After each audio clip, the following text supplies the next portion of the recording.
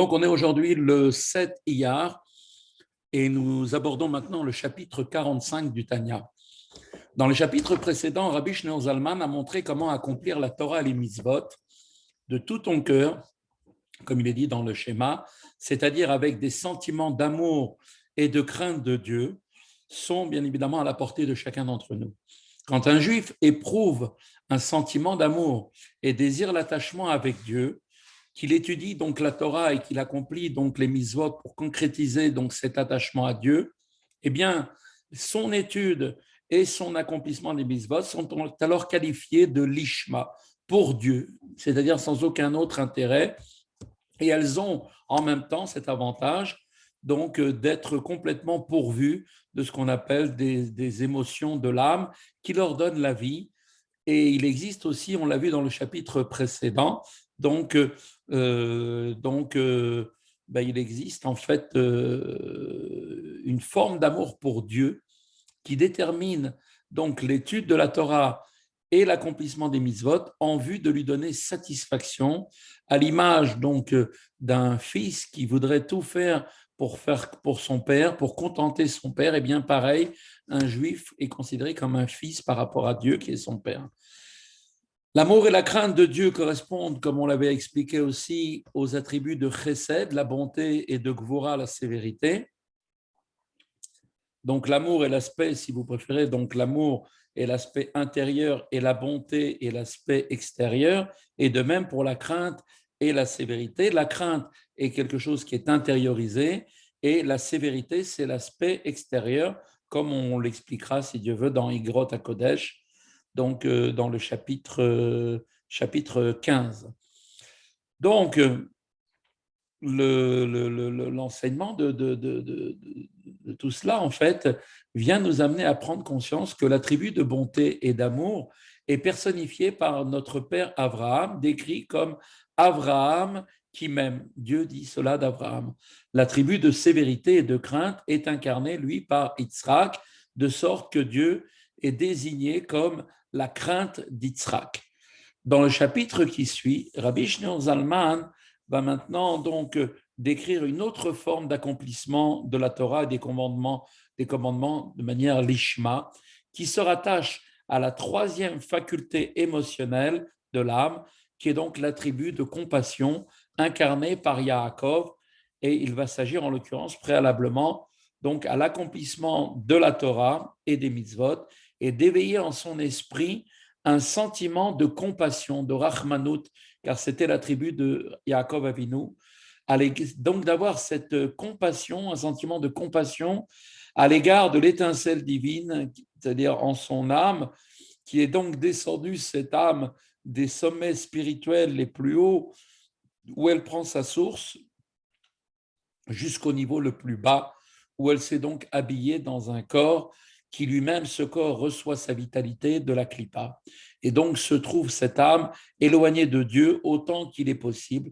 Ainsi en est-il a fortiori lorsque la personne a des mauvaises pensées, des mauvaises paroles, des mauvaises actions, eh bien cela emmène encore plus profondément, plus bas encore cette étincelle divine, cette âme, et donc provoque donc son exil à l'intérieur donc des fautes et provoque aussi ce qu'on appelle l'exil de la Shekhinah.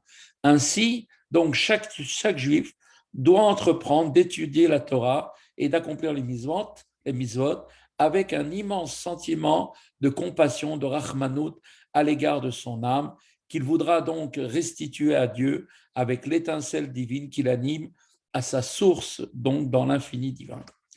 Commence dans les mots du Tanya. Od yesh derech yashar lifne ish la'asok betoro mitzvot tishman.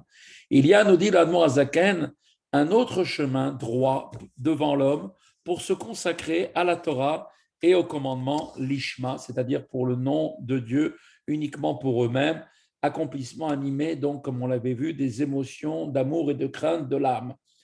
Et donc, il y a ce chemin-là, qui est donc l'accomplissement de la Torah et les mitzvot, Al-Yedé Midato Shel Yaakov Avinu, au moyen de l'attribut de Yaakov, notre père, Allah Shalom, que la paix soit sur lui, chez Imidat Arachamim, qui est donc l'attribut donc, de compassion. Le horaire, cela revient à dire de réveiller ce chemin et d'éveiller au préalable dans sa pensée, Marshava Trila, Rachamim Rabim Lifna Hashem, donc les grandes en sa pensée, donc avant l'accomplissement de la Torah et des mitzvot, le but est d'éveiller donc au préalable sa pensée, dans sa pensée, une immense compassion devant Dieu. Al nitzut selokut, pour l'étincelle divine, Amechayen Avsho, qui fait vivre son âme divine, Asher Yarad Mimkoro, qui est descendu de sa source, qui est en fait Chai Achayim, la vie de la vie, En Sof Baruchu, l'infini divin, béni soit-il. Amemale Kol Almim, Vesovev Kol Almim, et qui cette source est la source de Dieu qui emplit tous les mondes, les anime d'une force vitale, donc immanente, intérieure, et enveloppe aussi cette source tous les mondes. Donc l'infini enveloppe tous les mondes et les anime d'une force vitale transcendante qui est en fait donc qui les enveloppe, qui les entoure. Et Kula Kamek Elohashiv, et que tous par rapport à Dieu sont comptés comme rien devant lui.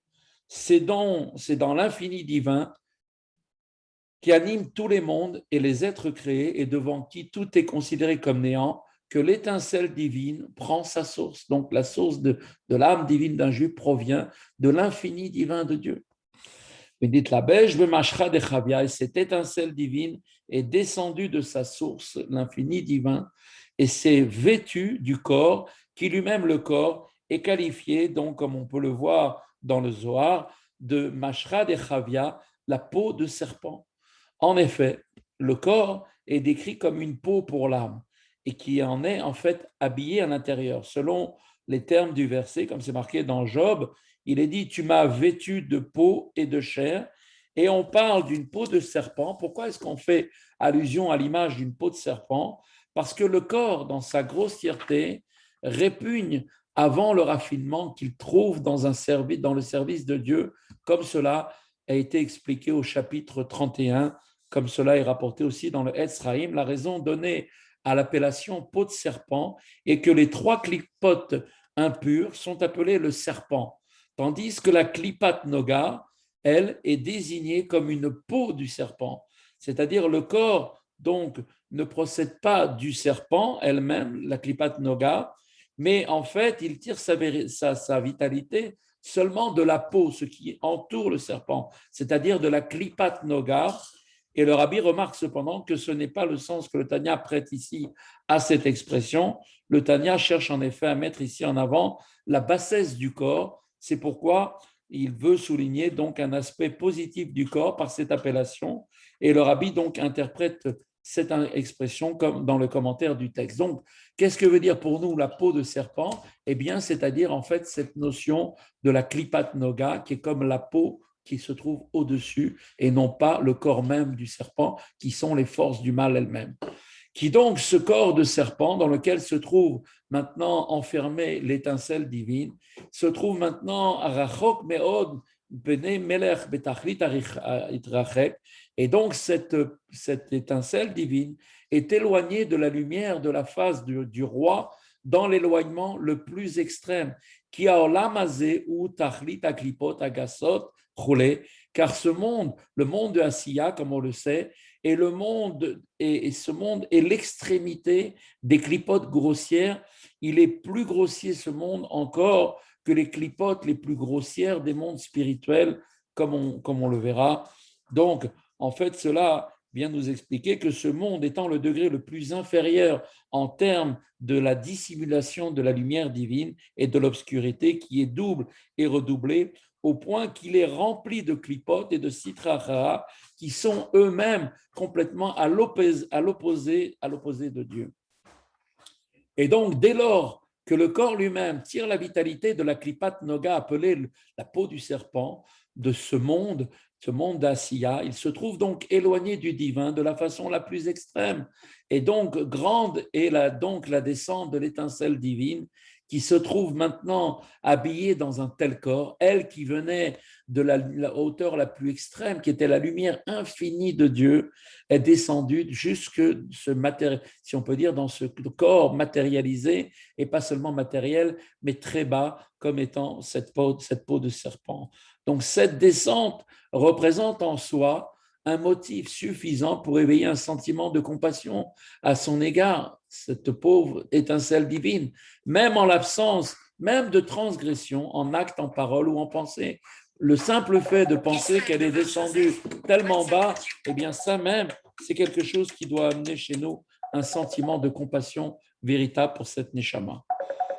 ובפרט כשיזכור על כל מעשיו ודיבוריו ומחשבותיו ביום היותו אשר לא טובים המה, et à plus forte raison quand un homme va en particulier va ressentir l'immense pitié à laquelle l'âme est sujette quand il se souviendra donc de toutes ces mauvaises actions, des paroles pensées depuis le jour où il a vu l'existence.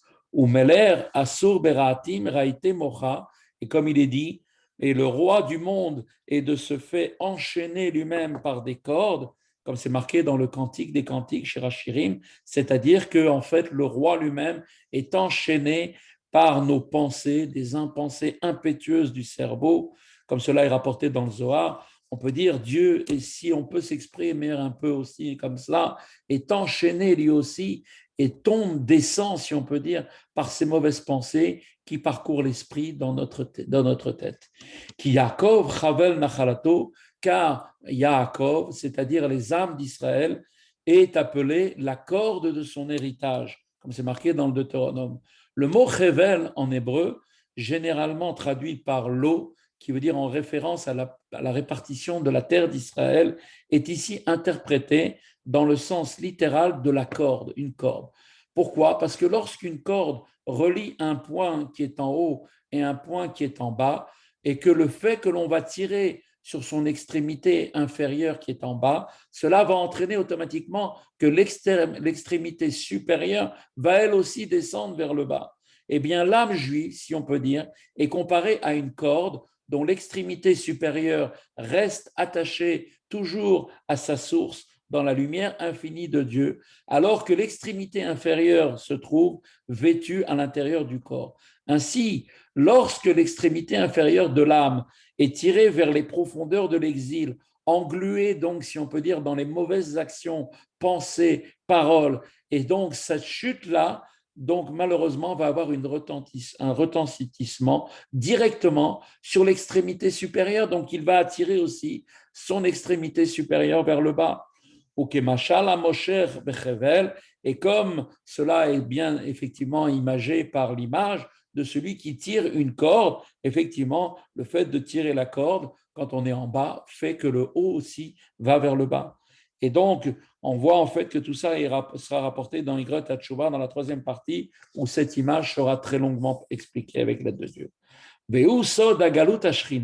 Et c'est là le secret de la doctrine, donc de l'exil de la Shekhinah, la présence divine.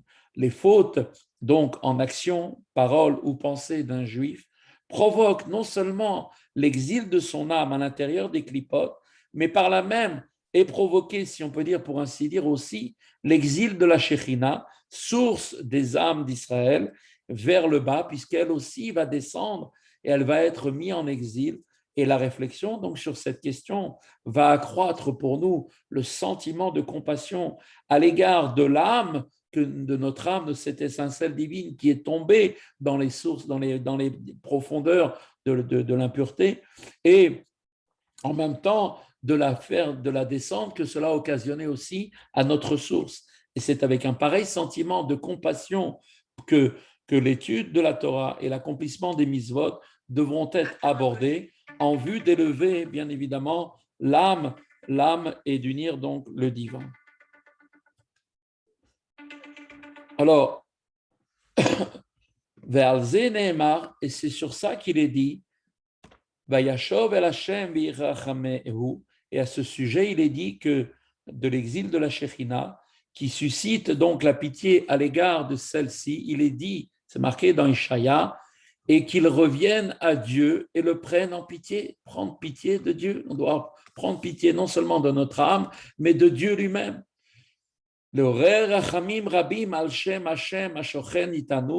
C'est-à-dire en éveillant, comment est-ce qu'on peut avoir pitié de Dieu? Eh bien, en éveillant une immense compassion pour le nom de Dieu qui réside parmi nous, comme il est dit, ainsi qu'il est dit, comme cela est rapporté dans le Lévitique. C'est marqué comme quoi, c'est marqué que Dieu réside avec eux dans leur impureté. Par là, le Tanya vient nous dire que même quand les Juifs se trouvent, que Dieu préserve, dans un état spirituel d'impureté, alors le nom divin demeure encore parmi eux. Le nom divin ne s'en va pas de eux. Donc, qu'est-ce qui va se passer quand eux, ils vont tomber dans l'impureté? Alors, ils vont tomber aussi la source même, leur source spirituelle, la source de l'âme, qui est le nom de Dieu. Et donc, c'est donc un éveil que l'on doit avoir, pas seulement de compassion pour nous-mêmes, mais aussi pour le nom de Dieu, qui invite, donc, que le verset nous invite à avoir cette compassion, comme c'est marqué, qu'ils reviennent à Dieu et le prennent en pitié. Comment reviendra-t-il à Dieu? En le prenant en pitié, c'est-à-dire en éveillant la compassion pour le nom de Dieu, la source des âmes d'Israël, qui sont une part du nom divin. Rabbi Shneur Zalman souligne maintenant que la compassion est l'attribut de notre père Yaakov, qui lui-même, Yaakov, a pleuré et a éveillé la compassion pour l'ensemble d'Israël, de sorte que même en situation d'exil, du fait de leurs mauvaises pensées, paroles, actions, ils pourraient, les Bnei Israël, être libérés par quoi? Par l'étude de la Torah et par l'accomplissement des mitzvot, et donc leur permettre à nouveau de s'unir avec le divin. Voilà, c'est ici que se termine l'étude d'aujourd'hui.